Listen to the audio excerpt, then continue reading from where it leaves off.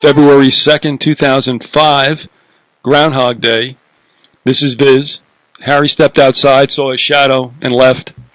But we have with us Gary Hattrick, who was with us before when we had this very special guest return. Well, actually, for the first time, he's returning now. It's Chris Pinto, documentary filmmaker. His first offering in the Megiddo series was Bible Prophecy and the New World Order.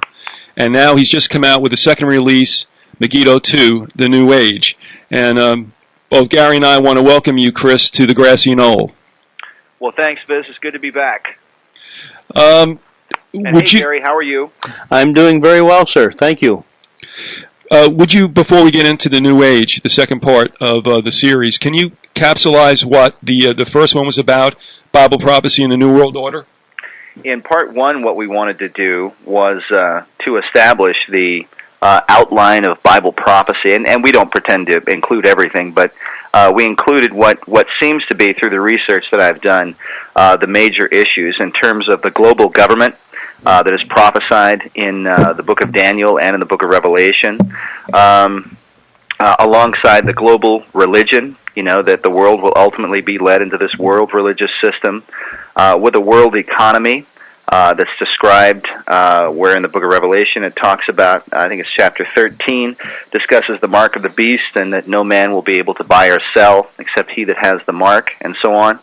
And then also the world leader, that person known as the Antichrist. And so we show in the scriptures where these things are prophesied in the Word of God, and we use 3D animation and so on, and we have a number of Bible scholars who come in and discuss these issues and talk about them, and we just try to set up the outline and to show where these things are prophesied in the Bible, to give people just a basic understanding of what God said would be happening in the last days. And we spend the first hour doing that. Then in the second hour of part one, we begin to show the evidence, historically, for how this one-world empire is coming to pass and has been progressing through the pages of history. And we set our marker back in the 18th century in Bavaria with Adam Weishaupt and the foundation of his organization, the Illuminati, and we show how the aim of this organization was ultimately to bring about this world empire. Not only to bring about a global government, but also in the process to destroy Christianity and to ultimately set up this worldwide worship of Lucifer, Satan. So that's what we spend our time in part one doing. And then in part two, we really discuss, I think, the New Age movement is really about laying the groundwork for and will ultimately lead to this one-world religion. This world religious system that will ultimately worship the dragon, according to Revelation 13, and ultimately worship the beast as well, the Antichrist. So that's what part two deals with. Now, we had once spoken about what you considered the scope of the series. Do you still envision, say, about 5 episodes? That's what we're looking at right now. I mean, I've gone back and forth on it a couple of different times, but I still think we're going to try and do the Megiddo series in 5 parts. Just roughly speaking, though, if you don't mind, and if you do know, if not, it's not a big deal. But what would be the high points of the segments yet to come? For part 3, we're looking at Mystery Babylon the Great, where we discuss the historical views concerning Mystery Babylon and what has been believed about Mystery Babylon, and also what we can see, I think, today concerning Mystery Babylon and the different theories and whatnot. And we're intending to spend a lot of time talking about Rome and the influence of Rome and the traditional view, which has stood for more than 1,000 years, that Rome represents Mystery Babylon the Great.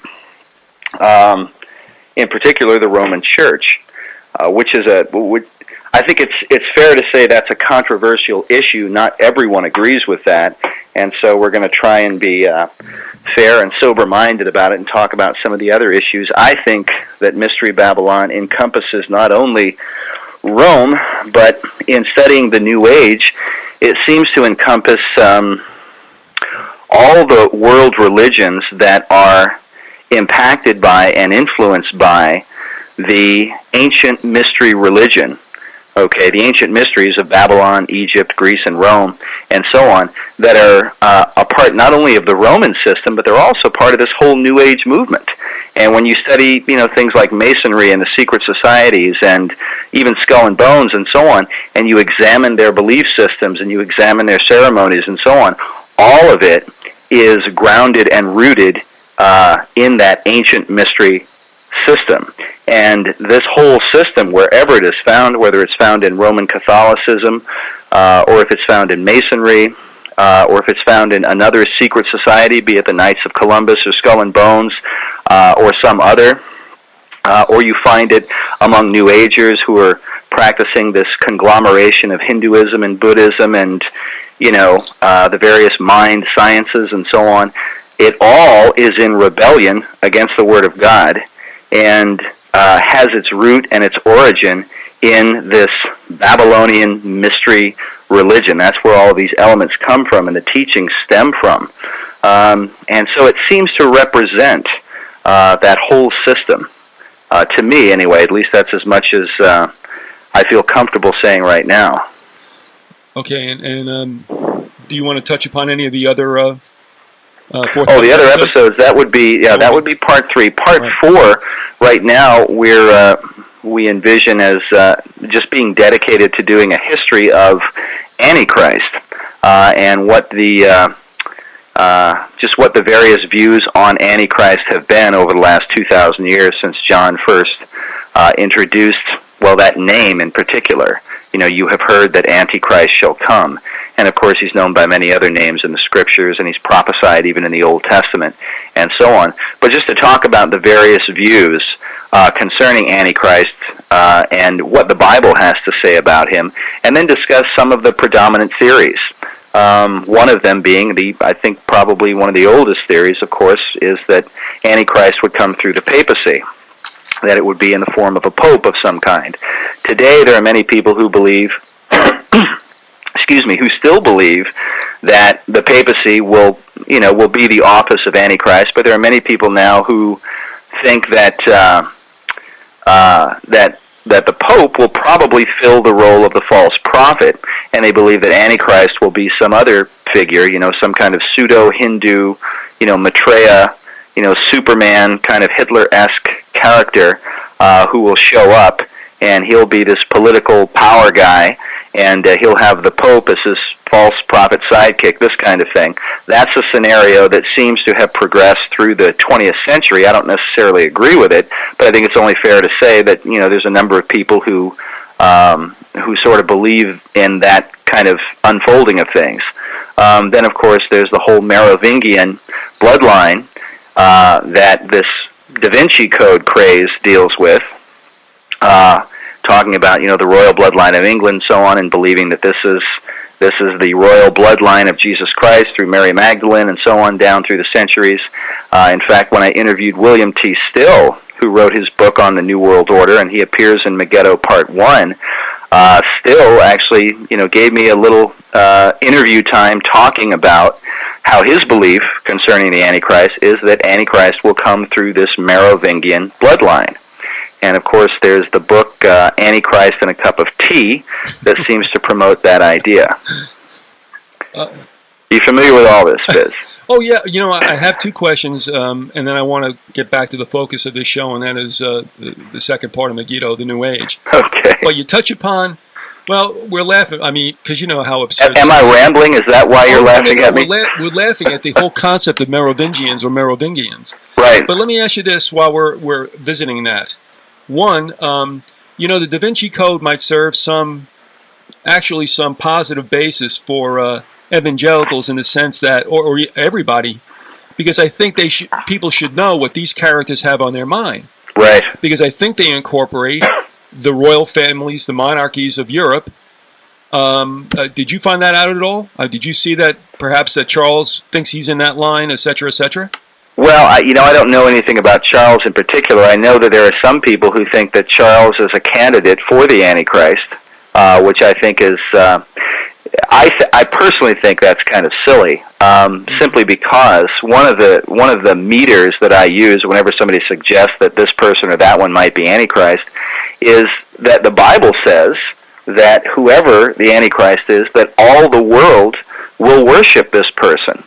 And so if you look at a guy like Prince Charles, you have to ask the question, is all the world going to worship this guy? No. I don't see it happening anytime soon. But, you know, they say the same thing about certain Islamic leaders. Some people think that Antichrist is going to rise out of Islam.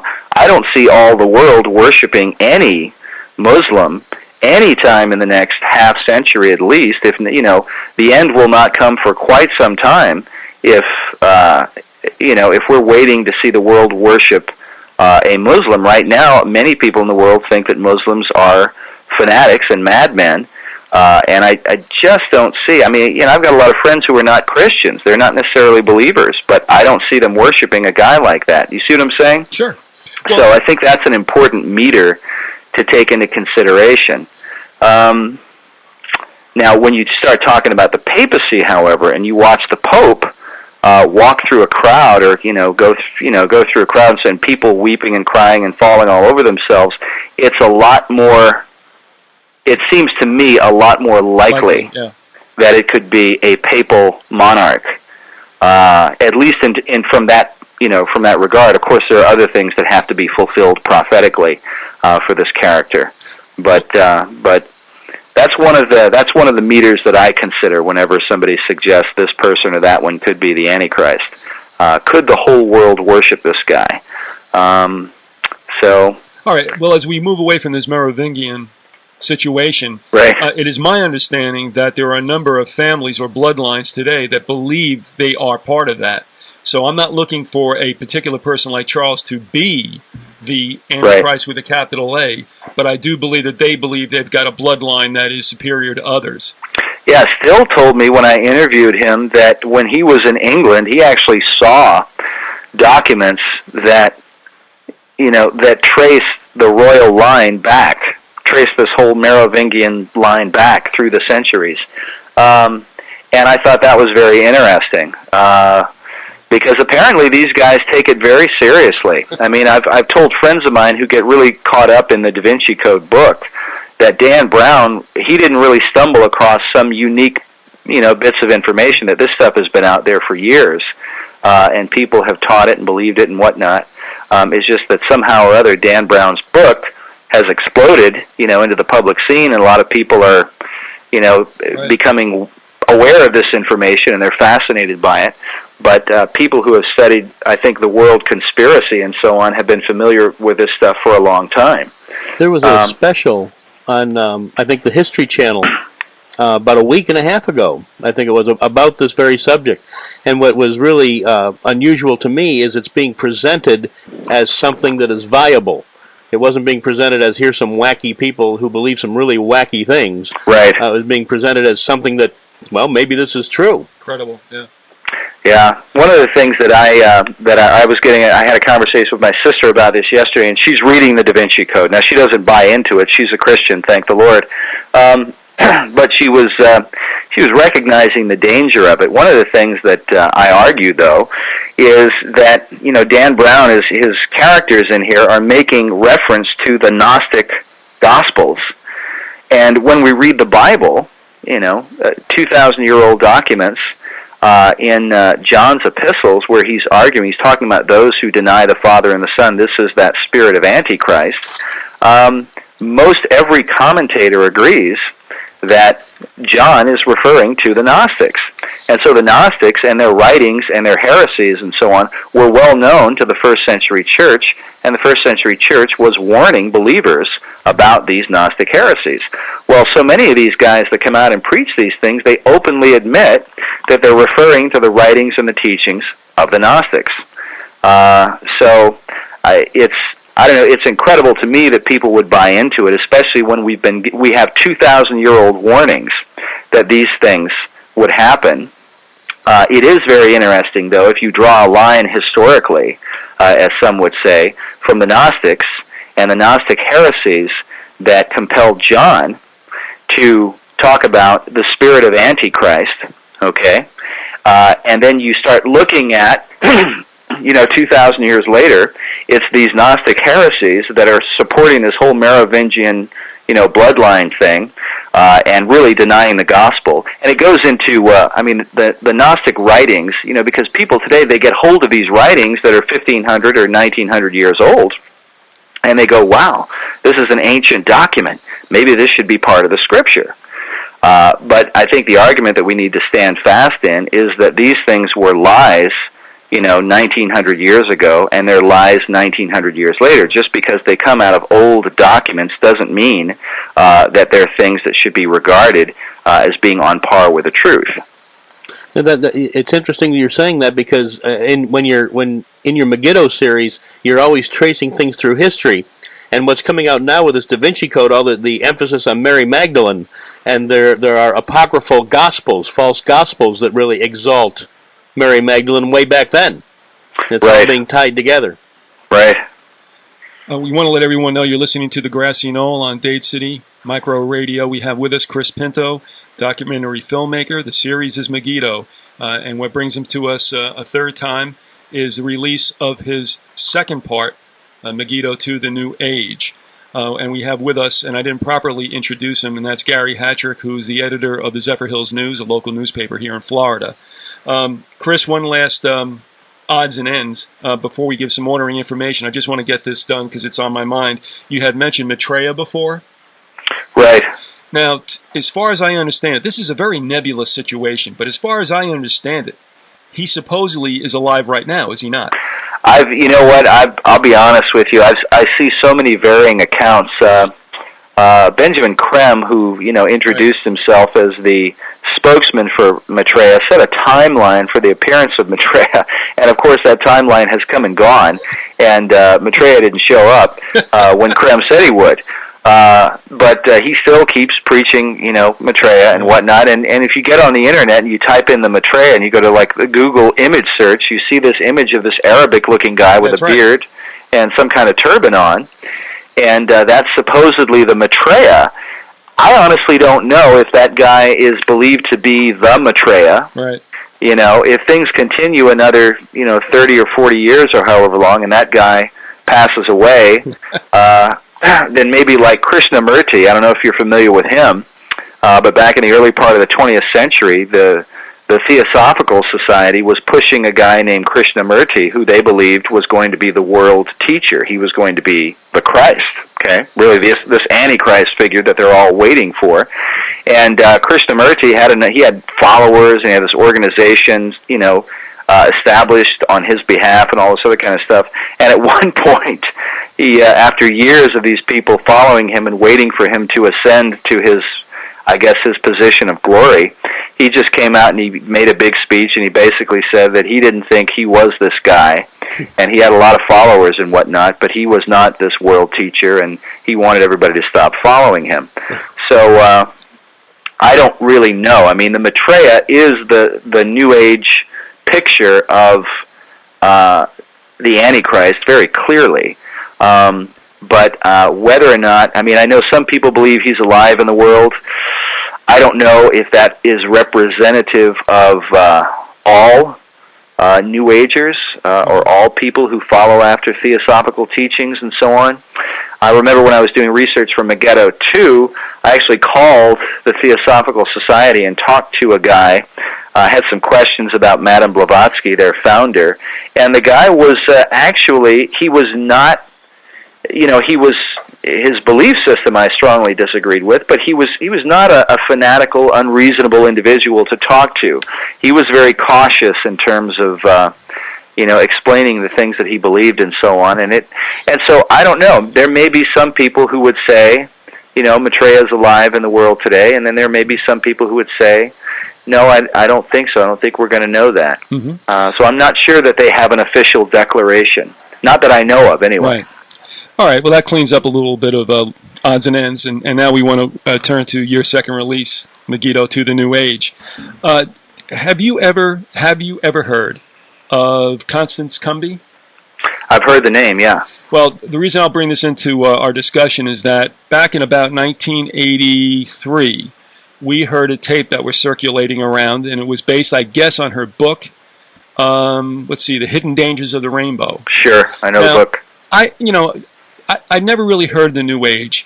all right, I go back to the 60s with the age of Aquarius. All right, and I know that that's connected. But, you know, through the 70s, I didn't really pay much attention. You know, I didn't know Christ in the 70s. But the New Age popped really into my consciousness after listening to those tapes. And so when I thought she was a little off the wall back then, because it's the first any of us had ever heard of it, now we realize that she was far ahead of the curve. And, right. And with this New Age mentality that I think you say, rightfully so, was birthed in the 60s, has really gained great acceptance, and I think hiding itself one way or the other in a number of religions that I really do feel palpably are growing and coming out of the woodwork left and right. Well, it's sort of the thing about the New Age. The one thing that we try to show in Megiddo too about the New Age is the focus and the purpose of the New Age, which is to. It's why some researchers go back to a guy named Phineas Quimby, and we talk about Quimby in the middle part of the 19th century. And Quimby was the father of what was called the New Thought movement. And the New Thought movement was entirely about taking your old belief system, which they almost always mean Christianity, okay? That you have to get rid of your old belief system, and that when you get rid of your old belief system and you replace that old belief system with new thought, then you can achieve greatness, you can achieve health, wealth, success, and ultimately you become your own God. That's the short version of what this whole thing is about. And everything from every attack that we see on the gospel, including this Da Vinci Code that's haunting people right now, stems from this whole New Age movement. It's about changing. It's about removing the old thought process, the old belief system, getting rid of that paradigm, as they would call it, and having a paradigm shift, that's a big New Age term, so that we have a shift in the belief system so that our understanding about who God is, or what God is, and what man's role is in relationship to God is a completely new understanding. And so the idea of the New Age is that the Old Age, supposedly, the Pisces Age, which supposedly represents the age of Christianity, this is their thinking, not mine, that the Pisces Age is passing away, and the new Aquarian Age is coming forth. And so now man is into a new thought and a new understanding, and as he progresses in his evolution, supposedly, he achieves the secret gnosis, the secret knowledge, and he ascends into a higher state. That's the whole thing, and we see it not only in New Agers that are into like some kind of pseudo-modernistic hippie movement, but you see it even in politics when you talk about liberals who are called progressives, right? But their progression is always into compelling the people in America into a new thought system. Okay, in other words, rather than reject homosexuality, get rid of your old ideas about it and start adopting homosexual marriage and so on. And adopt, forget the idea of, killing the unborn is murder, get rid of that belief, and now adopt this new belief that a woman should have the right, if she wants to get rid of her unborn child, she can do that. And that's what this progressive, it's called progressive, but of course the question is, what are they progressing toward? A drug addict who's taking heroin and cocaine and he's progressing as well. He's progressing toward a point of overdose at some point. But it's not necessarily a progress towards something admirable or something that mankind ought to desire. It's something that we ought to question, of course. And hopefully we as Christians recognize that. Well, you hit on, you start off with talking about today's channelers, and this supposed tapping into these wise people who have died a long, long time ago. And I think Dave Hunt was pretty funny when he said, you didn't have a clue why you were here on Earth. What made you so smart now that you've been dead so long? Right. And I mean, I'm glad you did that, because it was so embarrassing, that it had to be seen. But then we pick up with some more serious situations, I think. Not that isn't. But if we could talk about one persona who comes up time and time again, and also who will be specifically the subject of another show we're going to have with Craig Heimbichner, who wrote Blood on the Altar, which is an expose of the Ordo Templi Orientis, or the OTO, and that, of course, is Aleister Crowley. Right. You want to give us a bit of a background on Crowley? Well, we talk about Crowley from as we show him as kind of he's kind of a conclusion for all of this spirit channeling that goes on. We show that this whole New Thought, New Age movement comes from the spirit realm, and that it really exploded because everybody from Phineas Quimby to Mary Baker Eddy to Andrew Jackson Davis, all of these guys that were teaching this whole new thought and promoting evolutionary ideas and so on, and man's development and evolvement, they were getting their ideas from the spirit realm. They were opening themselves up to spirit powers and principalities, and they were referring to them as higher intelligence and so on. And the higher intelligences, they're practicing meditation, forms of meditation and self-hypnosis and so on. And these higher powers, these spirits, are giving them this doctrine. And we show it not only with guys like Quimby and others, but also with the Fox sisters, with their famous rapping movements in 1848. They heard these rappings and they hear a spirit. This isn't hip hop, though, right? No, it's not. But it's not hip hop no, rapping. I was kidding about the rapping. Oh, okay. But the rappings, like the knocking on the walls and this kind of thing, stuff that we would look at almost comically today, but in 1848, it was a very serious event, and it was something that impacted. You can even find Madame Blavatsky, who founded the Theosophical Society, talking about these rappings, okay, and how that they needed to be understood according to official occult doctrine. Well, the climax of all of this spirit communication, I think, because the spirits initially appeared to be benevolent, and they're teaching this new thought stuff supposedly for the benefit of mankind. But then you get into one of their chief apostles, Madame Blavatsky, okay, who now, whereas before they're talking about, there is no death, and they're basically preaching the lie of the serpent, but they're not coming out and telling or revealing the origin of this source. Well, now when we get to Blavatsky is like casting off any cloak of disguise, and she's openly worshiping Lucifer. All right, and she's referring to guys like Eliphas Levi, the French occultist, who glorified Satan and Lucifer and so on. But she does it in this very romantic manner. And then right after Blavatsky, we have at the turn of the century Aleister Crowley, who, like all of the other spiritists that came before him, is channeling entities from the spirit realm, and he comes in contact with a demon that he calls Aiwass, and this demon gives him this tome that he calls the Book of the Law, okay, which is it's kind of a Masonic reference. It's a reference to, like in a Masonic lodge, a book that they would have would be the Book of the Law. Mm-hmm. It's sort of Satan's counterfeit also of like the Torah. The Torah would be the Book of the Law for the Bible. So this is like a satanic Bible, the Book of the Law. And it was channeled to Crowley over a 3-day period, 3 one-hour sessions in Cairo, Egypt.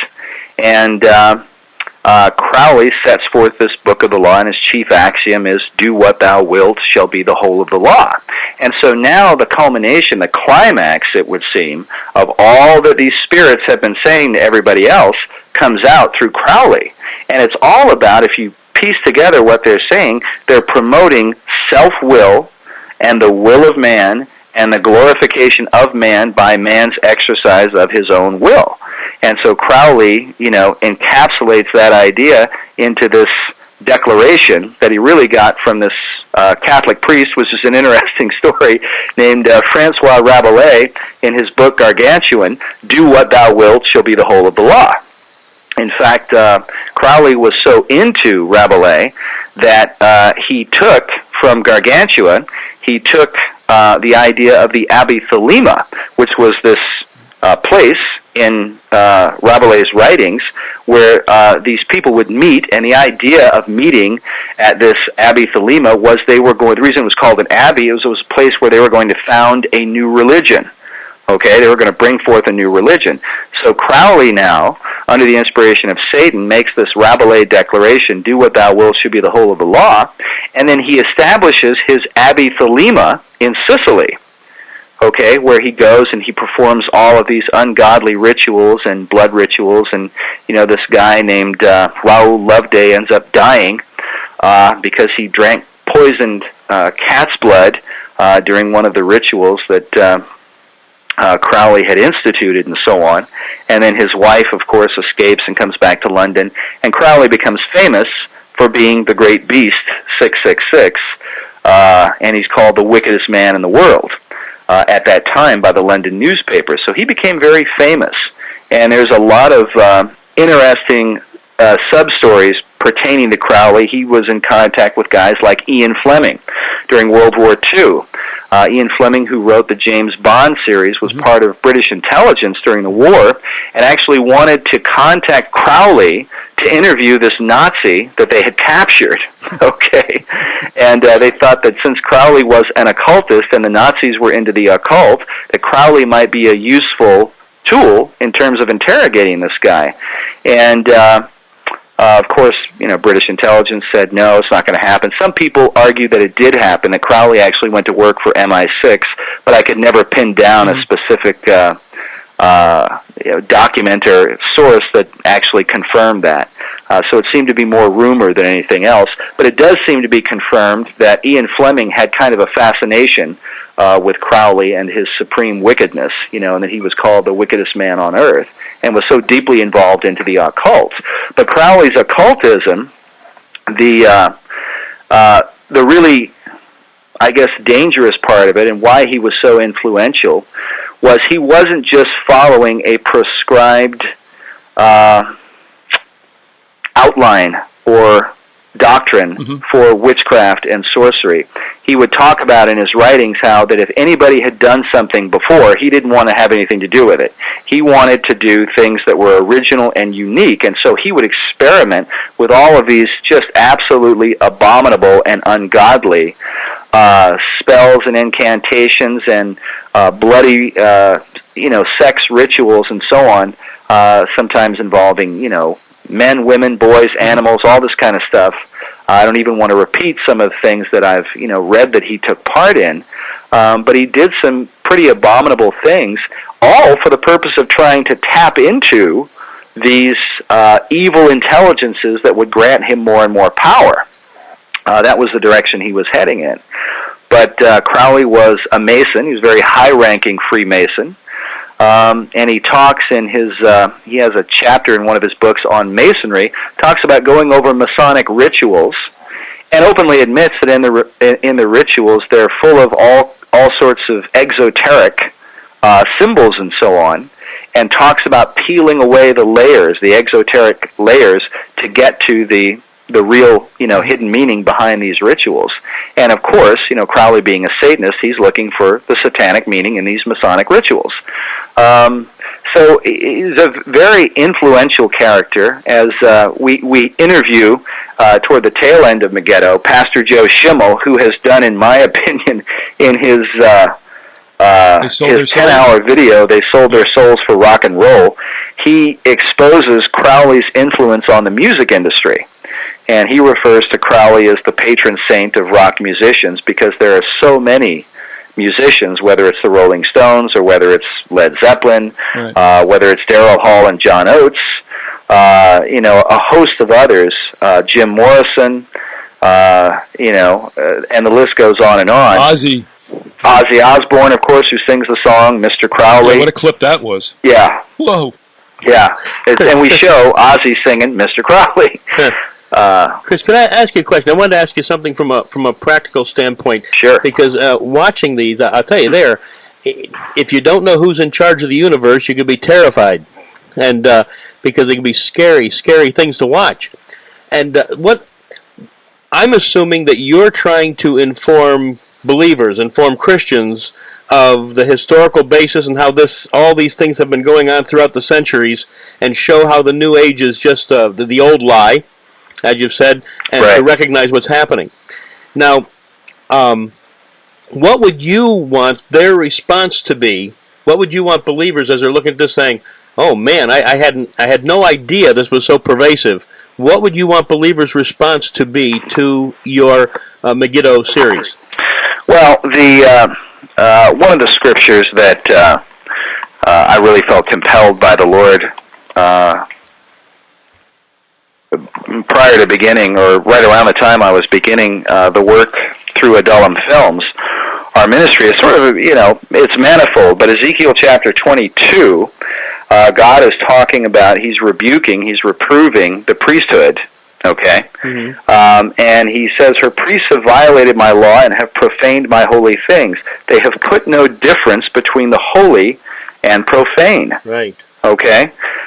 In the NIV, if you read the NIV version of that, I'm not a big advocate of the NIV, but anyway, on this particular passage, it does say that they teach that there is no difference between the holy and the profane.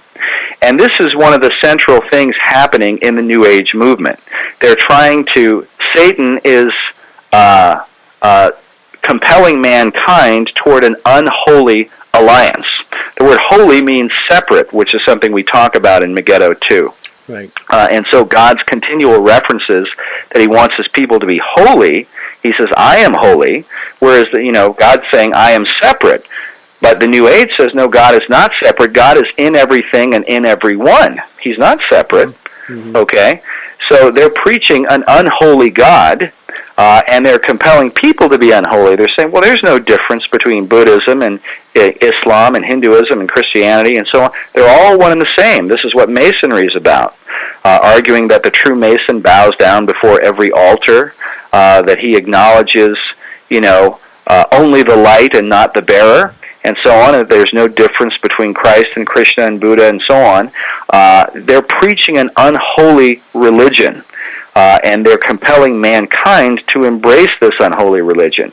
But the responsibility of God's priests is to put a difference between the holy and the profane. Would you recommend showing these to unbelievers? If you have friends and saying, hey, I want you to watch this DVD. There are people who have shown them to unbelievers. I'll be honest with you. I think I would recommend it, of course. I mean, to make people aware of what's going on. But I tend to find, honestly, chiefly, people who are believers seem to benefit more from the work because the work is approached from a position of faith. In other words, we don't question whether or not these things are real. We believe that they're real. We believe the Word of God is true. And so, we approach it from that perspective. And so believers seem to be the ones who are the most interested in what we're doing.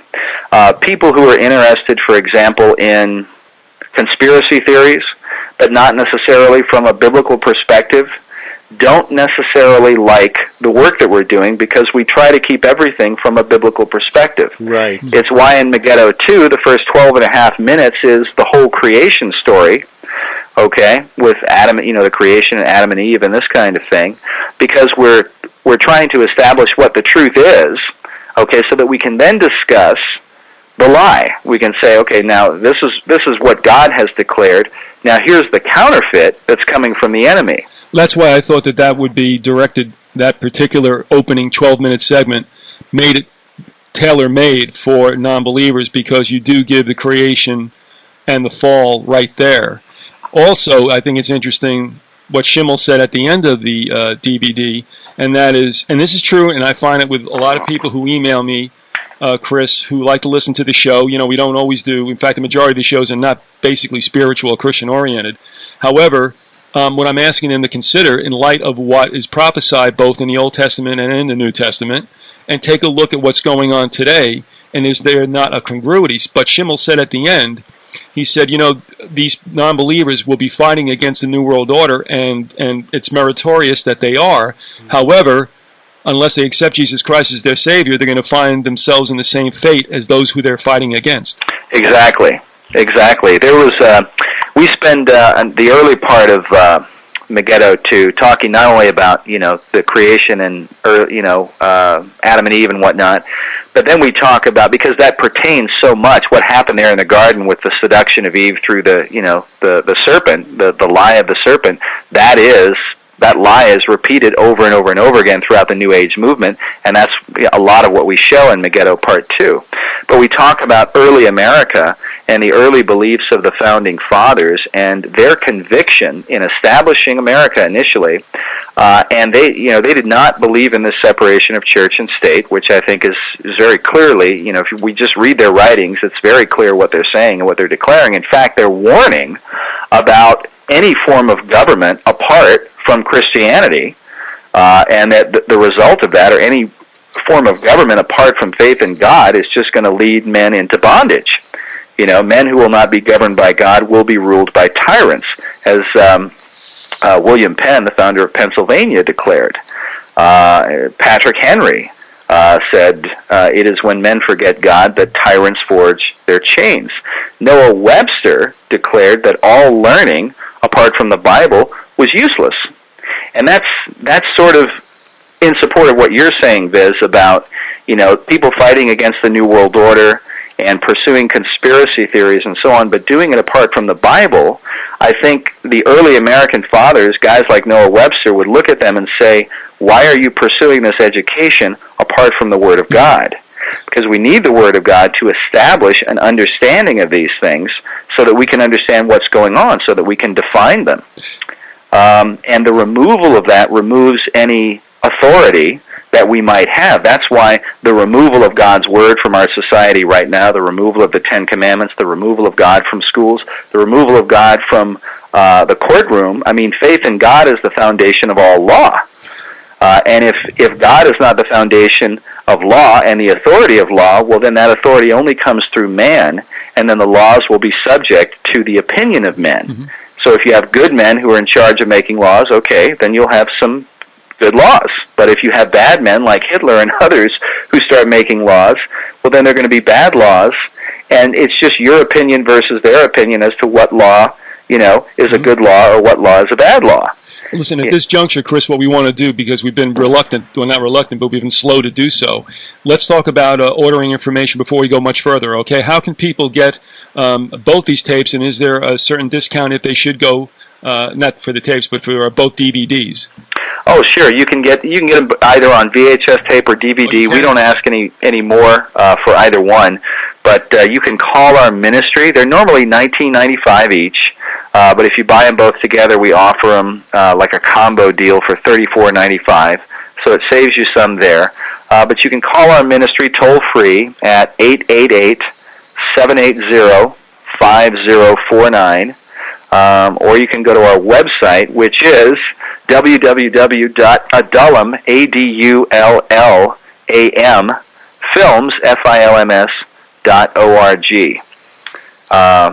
so that would be the ordering information if you want to give us a call and get a copy or get copies. If I could, touching upon Crowley once again, I found this interesting. Do you remember a certain poet of Celtic note by the name of William Butler Yeats? I know the name. Well, I'll tell you what, if you can imagine this, and this is a bit of a trivial anecdote, but it gives you an idea of some of these characters in the occult. As much as Crowley seemed to be a heavyweight amongst the occult, he actually was intimidated by W.B. Yeats and his magic. And of course, Yeats was famous for his symbolic and sometimes very enigmatic poetry. But I was thinking to myself, my Lord, what a character Yeats might be that Crowley would be intimidated by him. And another thing is, it is reported that whereas, have you ever heard of a Meister Eckhart? Oh, sure. Eckhart was, now the only Eckhart I know is Dietrich Eckhart, who supposedly trained Hitler in the Tool Society and occultism. Well, what Churchill felt he needed to repel that black magic, he went to Crowley. And it's reported that whereas Eckhart gave Hitler, the Nazi salute, right? Crowley gave Churchill the V for Victory, which I believe has in its origins some kind of pagan origin. Yeah, if you get Dr. Kathy Burns' book on Masonic and occult symbols illustrated, she does a lot of detail work on that sign, the V sign for victory. It's also, for peace, and so on, and shows its origin in the occult. Crowley, he did talk about, and again, I could never nail down anything concrete on it, but he did talk about his relationship with Churchill, supposedly. Mm-hmm. But he used to dress up like Churchill. In fact, there's a couple of photographs where he looks very much like Winston Churchill. So it is it's interesting, to say the least. In Megiddo too, there was one portion, I can't remember exactly where it was, when you were talking about Adolf Hitler and a society that he belonged to, and then you showed the symbol of it, which has a swastika in the back of it. Was that something that came before the swastika became his symbol, or did that? Right, that's actually the symbol for the Thule Society, Thule, and their symbol was a swastika with a dagger through it. Yes, and that was, it would seem that that's where he got the symbol from. So he got it from them. Right. Okay. And the origin of that, too, goes back, does it not? They reversed, what was it, the Hindu-Aryan sun wheel. Right. That was the original, and he reversed it and then used it as a swastika. Is that correct? That's been my understanding of it. That and there are some who like study magic symbols and whatnot, who argue that the reversal of it is like, I guess if it's facing one direction, it means good magic, and the other direction it's evil magic, and he wanted it to stand for black magic, so he reversed it. I don't know how true that is, but there are people who teach those things. So and at this juncture, let's talk about the fact that, and this is my understanding, you tell me how you feel, but this consulting spirits is not necessarily fiction. I mean, I think even in the Old Testament, it warns against, well, you can go ahead and get people to read livers for you and all that other stuff. In other words, yes, this is accurate. You can hook into it, but this is the dark side, and the one that the Lord would not have you get involved with. So we're not talking about people who are playing like Halloween. These folks are seriously tapped into satanic power, are they not?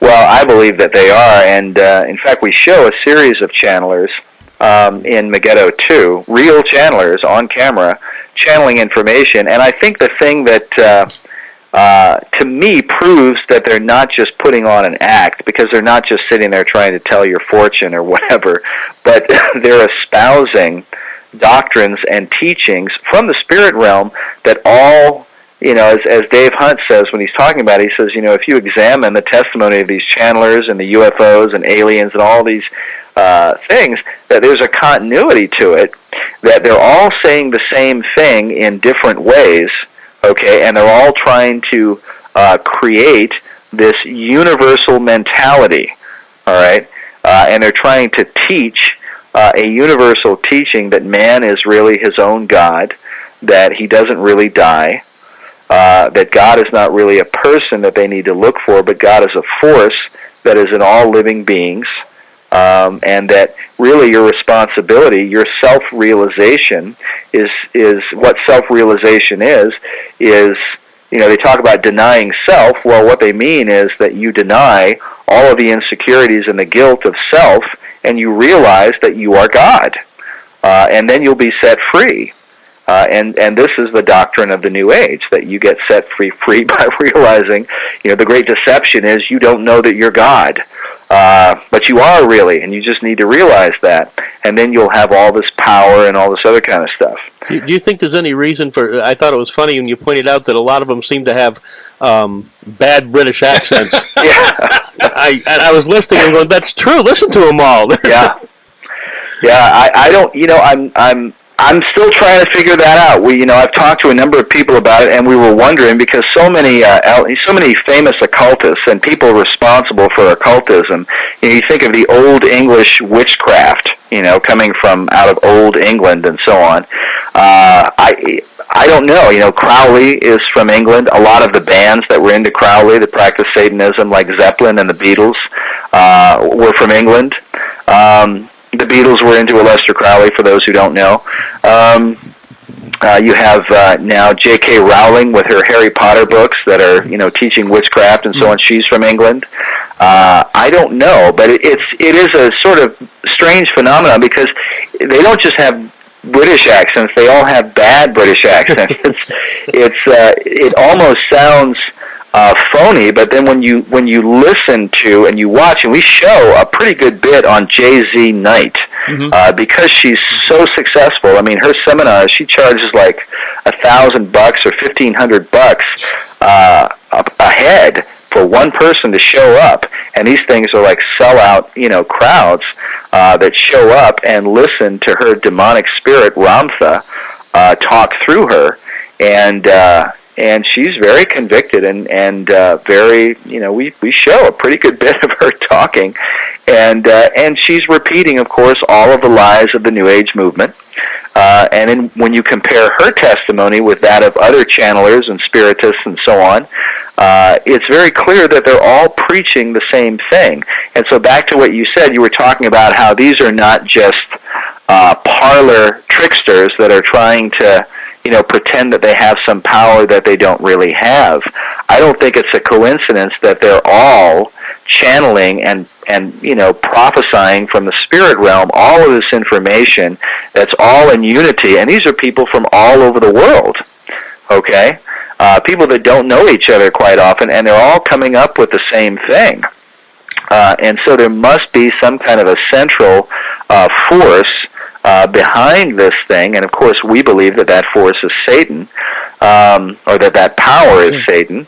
And I find it very interesting when you get into the book of Revelation and you start talking about the 10 kings that will one day rule the world, and that these give their strength and power unto the beast.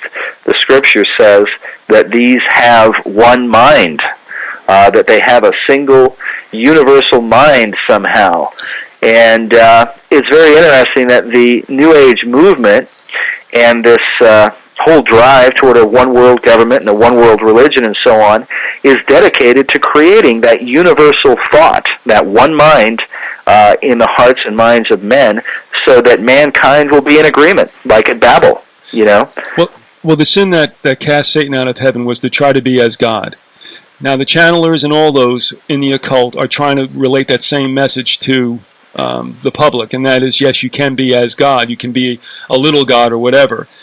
We also have this concept of the universal Christ, and in the last few minutes that we have, Chris, I want to touch upon the fact that that concept has seeped into evangelical Christianity. Yeah, that's another part. In fact, we had one lady. We sent like a notice to everybody and let them know when Megiddo 2 was out. And when we had revealed in the email that there were certain Christian evangelical leaders, and we named them, people like Paul Crouch Schuler and Kenneth Copeland, are two of them. But you also find these who teach that we are gods. And that this is supposedly a Christian teaching. And of course we have quotes, not just quotes, but we have audio clips, audio and video clips of them saying these things, saying that they're gods and so on. It's something that they've repeated a number of times. And so we have clips, and then we have quotes that support it. And it's a teaching that they've done not just a little bit, apparently. I've heard this where Kenneth Copeland is concerned quite a bit. But we show him talking about it. Then he has a conversation with Paul Crouch about it, where they're espousing it and he's confirming it.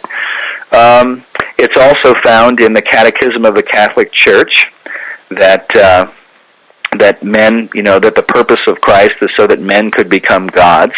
They say that very specifically. Of course, that's the backbone of the Mormon religion, that man is ascending into godhood. So we find it in what is thought to be Protestant Christianity, as well as the Catholic Church, as well as spin-offs of the Christian faith, like Mormonism, but also in the Church of Christ Scientists with Mary Baker Eddy. That's essentially what she was teaching. Right. The self-empowerment, self-godhood doctrine. So we show all of that, but the same doctrine has affected not only these spirit channelers, not only these guys in the churches, but you see the dangerous elements of it in guys like Jim Jones, okay, from the People's Temple, and we play an audio clip of him declaring that he's a god, and that those who are with him are also gods, and also David Koresh, through the Branch Davidian movement, also believed that he was God, And there are some people who believe, and it certainly seems to be going in that direction, that this is going to be, we've got a quote from a guy named, Brad Steiger, I think is his name, where he's talking about how the great new world religion will be that every person will realize that he or she is a god. Yeah, he's a big favorite on Jeff Rentz, by the way. I've heard him a couple of times. But I want to cut you off here only because we're running out of time. And Chris, one more time, tell people how they can order the first 2 parts of Megiddo. You can call our toll-free number at 888-780-5049, or log on to our website at www.adullamfilms.org. And